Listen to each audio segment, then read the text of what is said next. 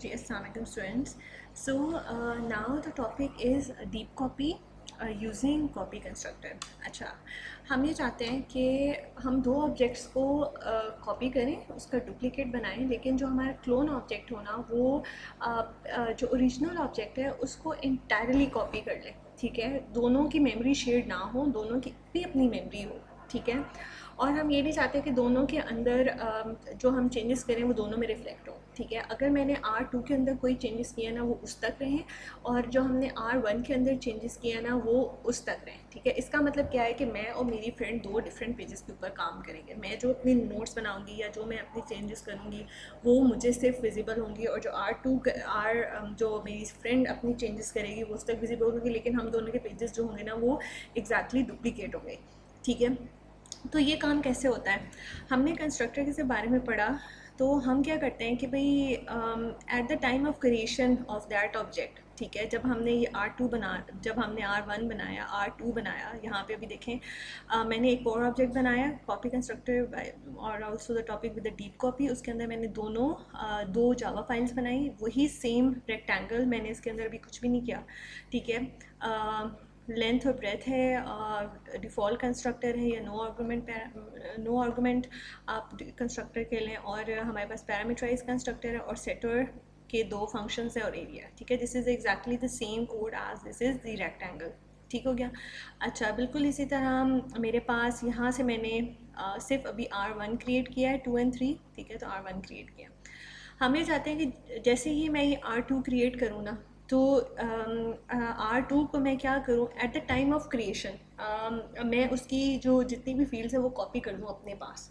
ठीक है, मैं R2 ये नहीं चाहता कि मैं R1 और R2 हम एक ही मेमोरी को शेयर करें.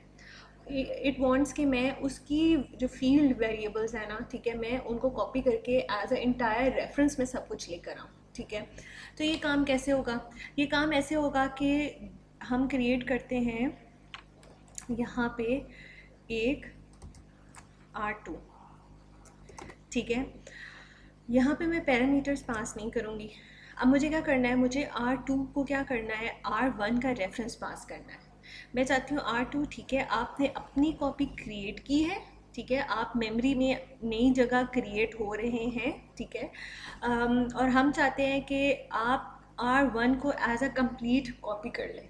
ठीक है, तो ये काम कैसे होगा कि मैं इसके कंस्ट्रक्टर को क्या चीज़ पास करूँगी, मैं एक ऑब्जेक्ट पास करूँगी.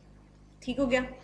अच्छा, ये चीज़ अब देखो, ये मुझे एरर इसलिए दे रहा है क्योंकि ये कंस्ट्रक्टर मैंने अभी तक अपने रेक्टेंगल के अंदर डिफाइन नहीं किया.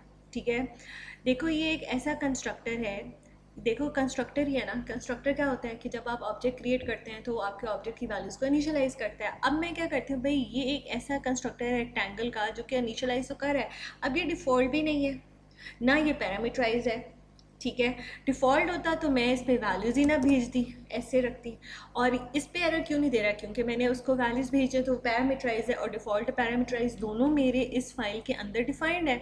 लेकिन ये जो काम मैं कर रही हूँ ना, ये डिफाइंड नहीं है, ये डिक्लेयर नहीं किया हुआ, इसलिए वो मुझे एरर दे रहा है. ठीक है, मैं अब क्या चाहती हूँ, मैं एक ऐसा कंस्ट्रक्टर बनाऊंगी जो कि एक ऑब्जेक्ट जो है किस टाइप का ऑब्जेक्ट लेगा, रेक्टेंगल टाइप का ऑब्जेक्ट इनपुट लेगा, और इस ऑब्जेक्ट की सारी वैल्यूज़ इस R2 के अंदर क्या कर देगा, कॉपी कर देगा. ठीक है, इसका मसला, इससे क्या होगा, R2 की अपनी कॉपीज़ बनेगी, अब उसकी अपनी फील्ड वैल्यूज़ होंगी. अब वो R1 की फील्ड वैल्यूज़ को यूज़ नहीं कर रहा, उसको शेयर नहीं कर रहा. ठीक है, तो ये लॉजिक है एक्चुअली आपकी डीप कॉपी की. ठीक है, अच्छा, इस कंस्ट्रक्टर को हम क्या कहते हैं, इस कंस्ट्रक्टर को हम कॉपी कंस्ट्रक्टर कहते हैं. ठीक है, क्यों हम इस कंस्ट्रक्टर को कॉपी कंस्ट्रक्टर कहते हैं कि वो क्या करता है कि एक ऑब्जेक्ट की वैल्यूज़ को कॉपी कर देता है दूसरे ऑब्जेक्ट के अंदर. ठीक है, so now create this copy constructor with me. ठीक है, मैंने क्या किया, ये मेरा पैरामीटराइज कंस्ट्रक्टर था. ठीक है, मैंने just to keep my time short, मैंने इसी को ही क्या क्या चेंज किया. मैंने कहा ये एक ऐसा कंस्ट्रक्टर है जो रेक्टेंगल टाइप का ही ऑब्जेक्ट इनपुट लेगा. ठीक हो गया. जब उसने ये ऑब्जेक्ट इनपुट लिया है, यहाँ पे आप लिख लें कॉपी कंस्ट्रक्टर. ठीक है, तो वो इस रेक्टेंगल R जो भी मैं इसको ऑब्जेक्ट भेजूंगी ना, मैं कहती हूँ जी मैं आपको एक रेक्टेंगल टाइप का इधर रेफरेंस वेरिएबल भेजूँगी, ठीक है। मैं क्या भेज रही हूँ, मैं यहाँ से R1 भेज रही हूँ। देखिए मैंने जो ही बनाया तो वही एरर ख़त्म हो गया। R1 भेज रही हूँ। अब मैंने क्या करना है, इस R2 की अपनी एक कॉपी बनी क्योंकि मैं उसको क्रिएट कर रही हूँ डायनेमिकली, ठीक है। अब इस R2 की अपना एक लेंथ और ब्रेथ की फील्ड्स हैं, ठीक है, जिनको अभी वैल्यू असाइन नहीं हुई है। मैं चाहती हूँ इस R1 की जो है ना, ये जो 2 और 3 वैल्यूज़ है ना इस R1 के अंदर, वो क्या हो जाए, इस R2 के अंदर कॉपी हो जाए, ठीक है। तो वो कैसे कॉपी होंगी, मैं कहती हूँ भाई ये कोड चला है R2 के लिए, मैं कहती हूँ R2 आपकी जो ब्रेथ है वो किसके इक्वल हो जाए, R डॉट ब्रेथ के इक्वल हो जाए, और आपकी जो लेंथ है वो R डॉट लेंथ के इक्वल हो जाए, ठीक है। तो मैंने क्या किया, R1 की जो लेंथ और ब्रेथ की वैल्यूज़ हैं वो मैंने R2 की लेंथ और ब्रेथ की वैल्यूज़ के असाइन कर दी।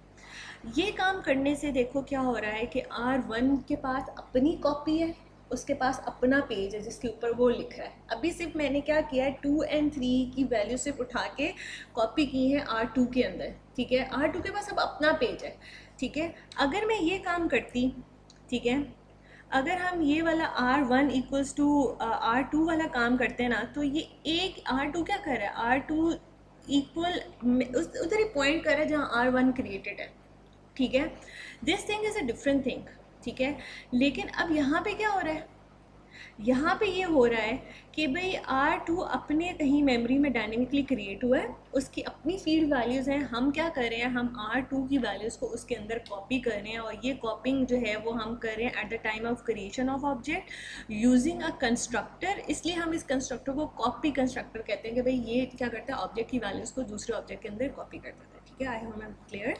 अच्छा, अब मैं क्या चाहती हूँ कि मैं दोनों के एरियाज़ प्रिंट करती हूँ, ठीक है। अगला स्टेप मेरा ये है, ठीक है। तो हम इन दोनों को यहाँ से अपना ये कोड लेते हैं, हम दोनों को रन करके देखते हैं। अच्छा, अभी R1 के अंदर भी मेरे पास क्या है, वो है क्या कहते हैं, 2 और 3 है, और R2 के अंदर भी क्या वैल्यूज़ है, 2 और 3 है। अच्छा, मैं मेन बनाना भूल गई हूँ, सॉरी। सो ड्राइवर क्लास तो बनाई नहीं।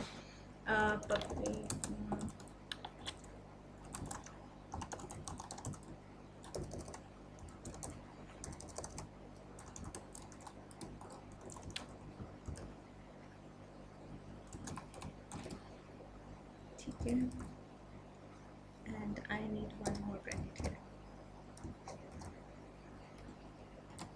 ठीक हो गया। अच्छा जी, अब क्या करते हैं, दोनों के पास 2 और 3 एंड 2 और 3 है, लेट्स रन दिस। भाई हमारे पास, ठीक है, वो कहते हैं जी प्रॉब्लम में कौन सी आपकी मेन क्लास है, रेक्टेंगल टेस्टिंग वाली है, ठीक है। 2 और 3 है तो दोनों के पास क्या है, 6 6 आ गया। अच्छा, आप अगर डिफरेंट करना चाह रहे हैं तो आप यूँ करें, और 10 और 3 कर लें दूसरे रन से, ठीक है। तो 30 30 आ जाएगा, ठीक हो गया। अब मैंने ये देखना है ये वाला काम कि अगर मैं R2 की वैल्यू सेट करूं तो क्या वो R1 में अब रिफ्लेक्ट होंगी, कॉमन सेंस क्या कहती है, लेट्स सी, ठीक है। ये तो हो गई मेरी R2 की, मैंने 4 और 5 वैल्यूज़ चेंज कर दी, 4 5 20 होना चाहिए, लेट्स डू इट 10 40 कर देते हैं। इसको रन करें, R2 का क्या एरिया आना चाहिए, R2 का एरिया 40 आना चाहिए, ठीक है। अच्छा, मैं देखती हूँ R1 का एरिया क्या आता है अभी, ठीक है। हम इसको प्रिंट करते हैं, हम इसको रन करते हैं,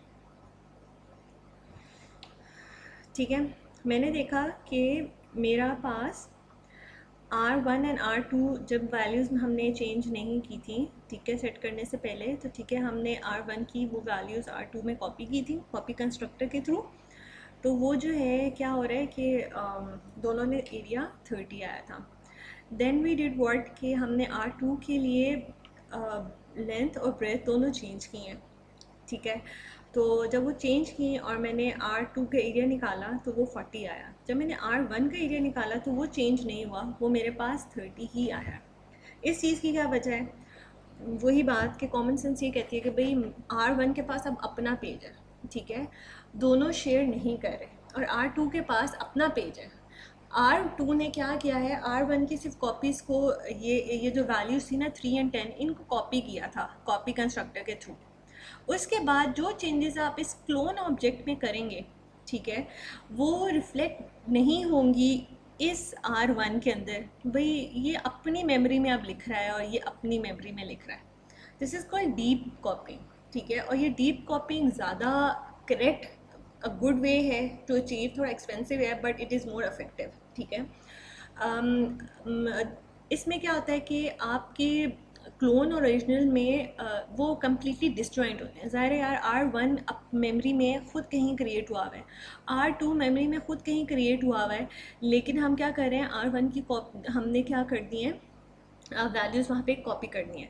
इस केस में भी देखो, हम R2 क्रिएट कर रहे थे, लेकिन क्रिएट करने के बाद हमने R2 को किसका एड्रेस असाइन कर दिया था, R1 का असाइन कर दिया था। R2 जो है R1 को पॉइंट कर रहा था, ठीक है। दोनों एक ही मेमोरी के ऊपर पॉइंट कर रहे थे, ठीक है। दोनों एक ही फील्ड वैल्यूज़ को शेयर कर रहे थे। दिस इज़ वो शैलो कॉपिंग, ठीक है। और यहाँ पे क्या हो रहा है, हमने R2 पूरा क्रिएट किया और उसको R1 की पूरी वैल्यूज़ दे दी, ठीक है। So this is the purpose of the copy constructor. हम इस कॉपी कंस्ट्रक्टर के थ्रू एक ऑब्जेक्ट की वैल्यूज़ को दूसरे ऑब्जेक्ट में कॉपी करते हैं, और ये जो होती है ना कॉपिंग, ये डीप होती है, ठीक है। Let me show you difference. ये देखें, शैलो कॉपी में क्लोन ऑब्जेक्ट और original objects are not 100% destroyed. Yes, जो आपको मैंने पहले कोड दिखाया है, ये वाला, ठीक है, इसके अंदर क्या है, वो डिस्जॉइंट है ही नहीं, वो जुड़े हुए हैं आपस में। क्यों? क्योंकि वो हम एक ही पेज के ऊपर, तो मैं और मेरी फ्रेंड काम कर रहे हैं, वी आर जॉइंड एक्चुअली, ठीक है। अच्छा, अब बात करते हैं कि deep copy, clone object and original objects are 100% disjoint. Oh yes, I have my own page और my friend is working on her own page. उससे बस जब हमने सेकेंड पेज क्रिएट किया, तो हमने क्या किया, उसने सिर्फ मेरे से वैल्यूज़ ली थी, कॉपी की थी एक दफ़ा, और उसके बाद उसका अपना काम चल रहा है, मेरा अपना काम चल रहा है, ठीक है। तो 100% डिस्जॉइंट होते हैं। शैलो कॉपी में any changes made to the clone objects will be reflected in the original object and vice versa. Yes, we have seen this. दोनों क्योंकि डिसजॉइंट नहीं है ना, दोनों लिंक है, एक ही मेमोरी के ऊपर पॉइंट करना है, तो आप जब वेरिएबल्स के अंदर चेंजेस करेंगे वो दोनों को नज़र आएंगे, ठीक है। लेकिन यहाँ पे क्या है, दोनों डिफरेंट मेमोरी एलोकेशंस को पॉइंट करें, दोनों के पास अपने अपने आप फील्ड वेरिएबल्स हैं, ठीक है। तो इसलिए अगर आप क्लोन ऑब्जेक्ट के अंदर जो चेंजेस करेंगे वो ओरिजिनल को नजर आएंगे। To create a deep copy of you have to overwrite the clone method. Alright, default version of clone methods create the shallow copy of an object. Okay, shallow copy is preferred if an object has only primitive fields. ठीक है, and deep copy is preferred if an object has reference to other objects. वो कहता है आपने deep कॉपिंग कब करनी है और आपने शैलो कॉपिंग कब करनी है, आपको कब ज़रूरत है, ठीक है। वो कहता है कि यार डीप कॉपिंग जो है वो हम तब करते हैं जब आपने ऑब्जेक्ट को रेफरेंस देना है, पूरे का पूरा रेफरेंस डुप्लीकेट करवाना है, तो आप डीप कॉपिंग करते हैं। लेकिन अगर आपके पास सिर्फ प्रिमिटिव फील्ड्स हैं और आप चाहते हैं कि ये फील्ड सिर्फ शेयर हो जाए, तो हम शैलो कॉपिंग कर लेते हैं। Shallow कॉपिंग is fast and less expensive, and deep कॉपिंग is slow and very expensive, ठीक है। डीप कॉपिंग इसलिए स्लो है कि आप पूरा R2 को R1 का रेफरेंस देते हैं, वहाँ से फिर चीज़ें कॉपी करके लाते हैं। एक्सपेंसिव क्यों है? क्योंकि हमारे पास कंप्यूटर साइंस में जो चीज़ हमने ऑप्टिमाइज रखनी होती है ना, वो टाइम कॉम्प्लेक्सिटी ज़्यादा, स्पेस कॉम्प्लेक्सिटी हमारे पास इशू चल रहा होता है। वी वांट कि हमारी स्पेस कॉम्प्लेक्सिटी जो है ना वो हमेशा कम रहे। अब देखो, शैलो कॉपिंग में क्या होता है कि दोनों ऑब्जेक्ट्स एक ही मेमोरी एलोकेशन पे सेम फील्ड वेरिएबल्स को असेस करते हैं, लेकिन डीप कॉपिंग के अंदर ऐसा नहीं है, ठीक है। डीप कॉपिंग में R1 की अपनी ऑब्जेक्ट की वैल्यूज़ बनी हुई है मेमोरी के अंदर और R2 की अपनी बनी हुई है, इसलिए हम कहते हैं वो एक्सपेंसिव है, क्योंकि हमारा उनसे स्पेस ले रहा है, ठीक है। So I hope this topic is clear to you. If you have any queries you can comment below, we will discuss it. Thank you so much.